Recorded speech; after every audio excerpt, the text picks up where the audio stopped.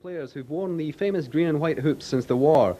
The current team, having won the double in the club's centenary year, is represented by manager Billy McNeill, captain Roy Aitken and midfielder Paul McStay. Going back through the years, the book features Kenny Dalglish and Danny McGrain, Lisbon Lions, Bobby Murdoch and Jimmy Johnston, and of course Jock Stein. But places are reserved for two stars of the immediate post-war years, the legendary Charlie Tully and the man who became one of Scotland's greatest halfbacks, Bobby Evans. I signed with Celtic in 1945 and the wage at that time was £2.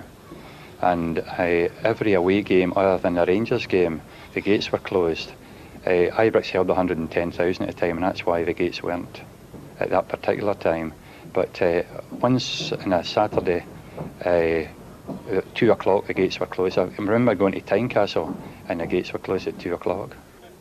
Author Hugh Keevins saw his first Celtic game in 1954, and the book has been a labour of love. I've been associated, David, with Celtic professionally for 18 years in journalism. This book, I hope, reflects Celtic's centenary. I think everyone connected with the club has been captivated by the 100th birthday celebrations and the manner in which the club celebrated those 100 years.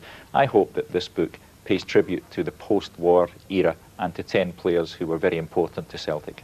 It must have been very difficult to choose your top 10. I mean, everyone would have their favourite top 10. How did you arrive at these 10?